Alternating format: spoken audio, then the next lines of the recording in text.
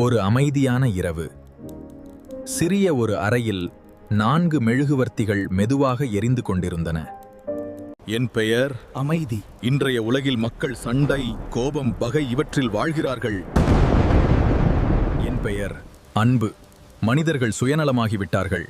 அன்பை மதிப்பது குறைந்து வருகிறது. எனக்கும் இனி சக்தி இல்லை. கடவுள் நம்பிக்கை. மக்கள் பலர் தோல்வி வந்தால் உடனே என்னை கைவிடுகிறார்கள். என்னை நம்புவோர் குறைந்து விட்டனர். ஒரு சிறிய குழந்தை அந்த அறைக்குள் வந்தது.